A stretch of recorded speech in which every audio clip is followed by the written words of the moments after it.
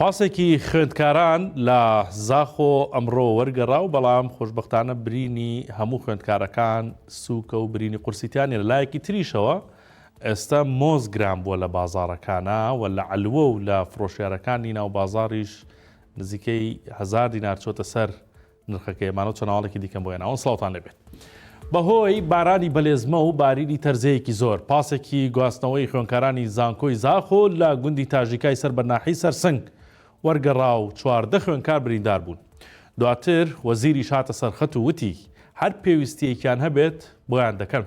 ڕووداوەکە بەیانی ئەمڕۆ دووشەممە نزیک کاتژمێر 8 ڕوویدا. پاسەکە خوێندکارانی قەزای ئامێدی بەرەو زانکۆی زاخۆ دەگواستەوە. دوای ڕووداوەکە بریندارەکان گەێنراونەتە نەخۆشخانەی ئازادی فێرکاری و چارەسەری سەرەتاییان بۆ کرا. سەرچاوەیەک لە نەخۆشخانەی ئازادی فێرکاری بە 1964 وت برینی هەموو خوێندکارەکان سووکە و لە دەست قاچ مل و پشتیان برینیان هەیە. لە ئێستاشدا تەندروستیان جێگیرە و کە سوکاریان لەلایەنن. لەبارەی چارەنووسی خوێندنیان دکتۆر دیار هەڵۆ سەرۆکی زانکۆی زاخۆ بە 1964 وت زانکۆکەیان هەموو هاوکاریەکی پێویستیان دەکات چ لە ڕووی دابینکردنی چارەسەری پزیشکیەوە بێت یان ئاسانکاری بۆ کاروباری خوێندن و دەوامیان لەو ماوەیەی پشوو دەدەن لە خوێندنی زانکۆ.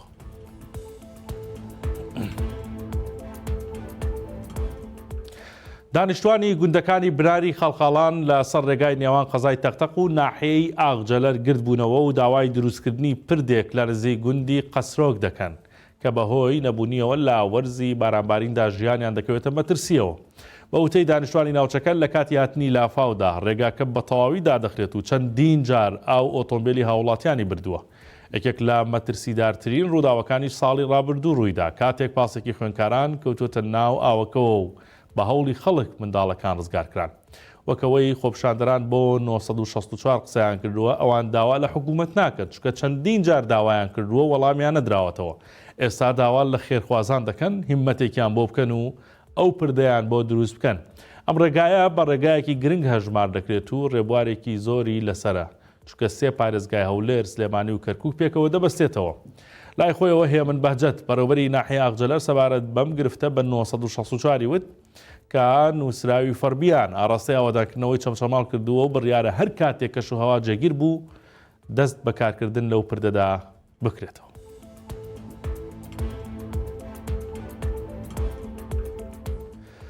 یەک کیلۆ مۆز بە 2500 دینار دەگات بە هاوڵاتی و هەر کیلۆیەک 1000 دینار چۆتە سەر نرخەکەی. پامنەری 1964 لە عەلوەی هەولێر سۆراغی نرخی مۆزی کردووە دەڵێت ئەو کارتۆنە مۆزە بچووکەی پێشتر بە 10,000 دینار بوو ئێستا بە 22,000 دینارە. لە کاتێکدا پێشتر نرخی 1 کیلۆ مۆز بە 1500 دینار بوو ئێستا بە 2500 دینار دەگاتە دەست هاوڵاتی. خەڵک بۆ خواردن و بۆ ئامادەکردنی بابەتی فرێش مۆز بەکاردێن و حەزی پێ دەکەن.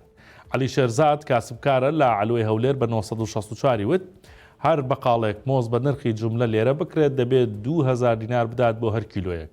ئەو تەنیا 500 دینار دەسمای بۆ دەمێنێتەوە. ئەو کاسبکارە لەگەڵ عەبدولعەزیزی پامنێر باسی ئاستی بەرزبوونەوەی نرخەکە دەکەن. کاسبکارەکە خەمیەوەیەتی گەروی هورمز بکرێتەوە و ئاڵوگۆڕی شتومەک هەبێ ئەگینا وەک باسی دەکات نرخەکەی زیاتر بەرز دەبێتەوە.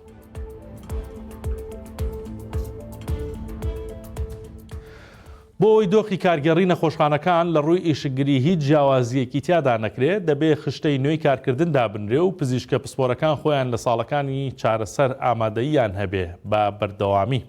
وەزارەتی تەندروستی 6 بڕیاری نوێی داوە. جیاواز لەو دوو ڕێکارەیەکێکی دیکە لە بڕیارەکان ئەوەیە نابێت بە ڤایبەر و واتساب بڕیار لە دۆخی نەخۆش و ڕاوێژی دۆسیە و کەیسی نەخۆشەکەی بدرێ.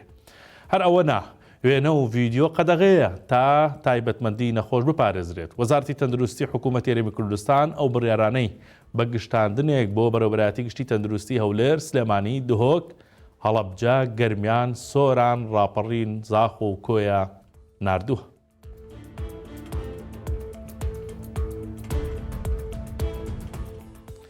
سەرشتا ڕادەکێشم بۆ هەواڵێکی دیکە لە دەڤەری ڕاپەڕین ئەم هاتنی موچەیە خێر و بەرەکەت بوو هەم بۆ موچەخۆران خانەنشینان کە باخەڵیان گەرم دەبێتەوە هەم ئەو کەسانەشی کە ئێستا بۆ خۆتان دەزانن وەرزی بەهارە گیا بەهاری زۆرە شتومەکی یعنی خواردنی خۆماڵی زۆرە فرسەتیان هێناوە و عەرەبانە و مێزەکانیان بردووەتە لای بانکەکان. ئەو کەسانەی کە موچە وەردەگرن و بە باخەڵپڕی دێنە دەرەوە دەسەکەن بە کڕینی خۆراکی خۆماڵی.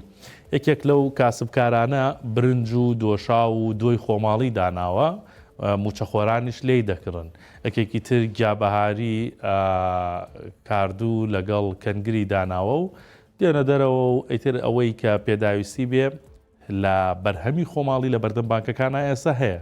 فرسەتیان هێناوە لەوەی کە بە باخەڵپڕی ئەو موچەخۆرانە دێنە دەرەوە، ئەمە ئەنیشپارەیەکیان دەستکەوێ و کەسابەتی خۆیان بکەن و یەکێک لەوانە بە 1964 وت ئێستا بازاڕەکەیان باشە بەهۆی ئەوەی کە موچە هاتووە و موچەخۆران شتیان لێ دەکڕن. باوەڵەکانی ئەمڕۆ بوو، کاتێکی شات بۆ هەموو لای.